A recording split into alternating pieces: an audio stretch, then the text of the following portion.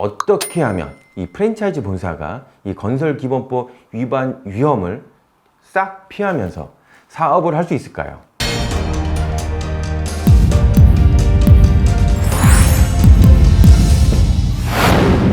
네, 안녕하십니까, 도함입니다. 자, 이번 시간에는요, 이 프랜차이즈 본사가 인테리어 비용을 받아도 되는 것인가에 대해서 얘기를 하고자 합니다. 자, 실무에서는요, 인테리어 비용을 직접 받는 경우가 굉장히 많아요. 근데 이 비용을 직접 받아도 상관이 없는데, 이게 일정 금액 이상 받으면 이 건설기본법상에서 문제가 될 수 있는 것 혹시 알고 계세요? 오늘 그 얘기를 좀 하겠습니다.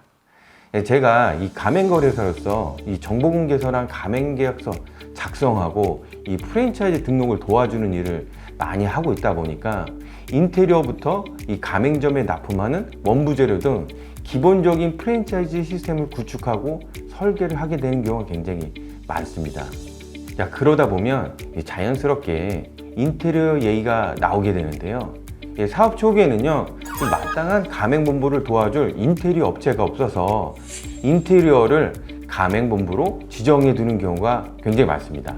이게 그렇다고 해서 이 부분이 절대 문제가 되지는 않아요. 그런데 실제로 이 공사 비용이 1,500만 원이 넘는 공사 비용을 이 가맹본부가 계속적으로 받으면서 진행하시게 되면요, 형사처벌 또는 행정처분 가능성이 있으시니 유의하시기 바라고, 이 지정업체가 생긴 경우에는요, 반드시 이 가맹계약서나 정보공개서를 수정, 변경 등록하시는 것을 권유드리겠습니다. 자, 그럼 이 본사가 인테리어 비용을 받는 경우에 어떤 문제가 발생될 수 있는지 알아보도록 하겠습니다.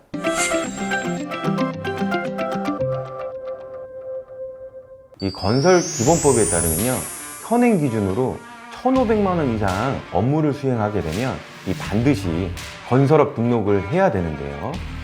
이 프랜차이즈 본사가 건설업 등록 없이 직접 시공을 하거나 시공사에 하도급을 주고 본사 명의로 계약을 하고 대금을 수령하는 경우, 인테리어 비용에 마진을 얹어 수익을 취하는 구조일 때 이런 경우에 문제가 될 수 있습니다.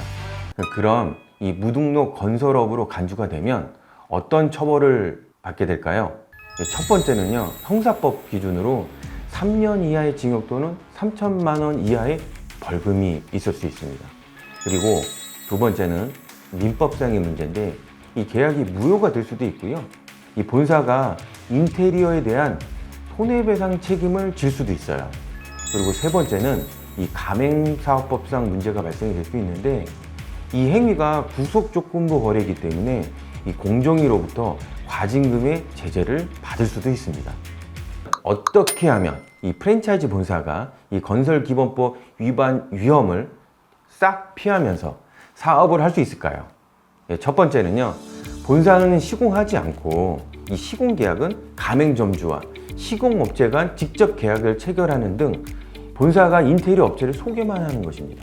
그리고 두 번째는 이 본사가 감리, 설계, 디자인만 담당하는 거죠. 이 경우에는 이 건설업 등록이 전혀 필요 없고요, 이 점주 또는 업체로부터 본사는 감리비, 설계 용역의 대가로 수수료를 받을 수 있습니다.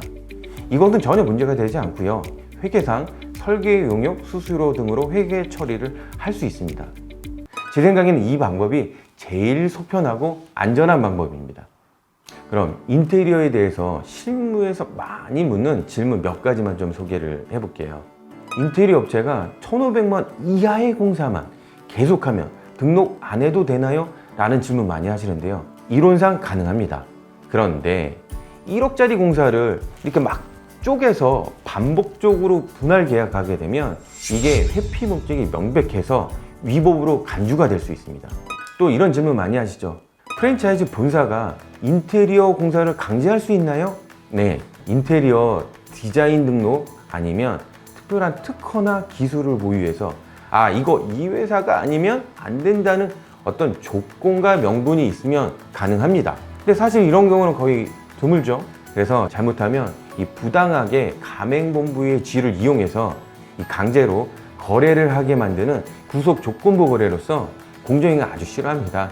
그래서 잘못하면 과징금 폭탄이 날라올 수도 있습니다. 총정리를 하자면요, 이 프랜차이즈 본사가 이 가맹점주에게 인테리어 공사를 강제하거나 본사가 인테리어 비용을 직접 받는 것은 첫 번째, 건설법상 문제를 야기할 수도 있고요. 이로 인해서 벌칙 등이 발생할 수 있습니다. 그리고 이런 흔적이 남기면 각종 지원 사업에서 불이익이 될 수 있으니 주의하시기 바랍니다. 두 번째는 세법상 측면에서는 이 직접 공사를 하다 보면요, 이 세금 개선서를 누락하거나 인건비에 대한 비용, 특히 일용직 근로자들의 비용을 증빙하는 것을 못 챙기는 경우가 굉장히 많아요. 이 절약이 지나치면 도리어 손해라는 말이 있는 것처럼 더 큰 손해를 볼 수 있습니다. 제가 볼 때 가맹사업법보다 무서운 게 세법입니다. 잘못하면 국세청 세무조사의 대상이 될 수 있으니 유의하시기 바랍니다. 마지막으로 이 가맹사업법상에서는 본사 지정업체 강제는요, 이 가맹사업법상 위반이기 때문에 과징금의 대상이 될 수 있으니 강제하려는 특별한 사유가 있지 않는 한 선택권을 부여하시기 바랍니다. 건강하고 이 바른 창업시장이 되기를 바라는 마음에서 영상을 준비했습니다. 요즘 브랜드가 엄청 많아 보이지만 사실 할 만한 브랜드가 잘 안 보인다고들 주변에서 많이 말씀을 하십니다. 이렇게 정보의 투명성을 제고하고 넘지 말아야 할 선을 정확하게 제한하면서 이 가맹점의 사업 활동을 자유롭게 보장하면 반드시 가맹점주님들이 이를 알아보고 모집 문의가 많아질 것입니다. 자, 지금까지 더함이었습니다. 감사합니다.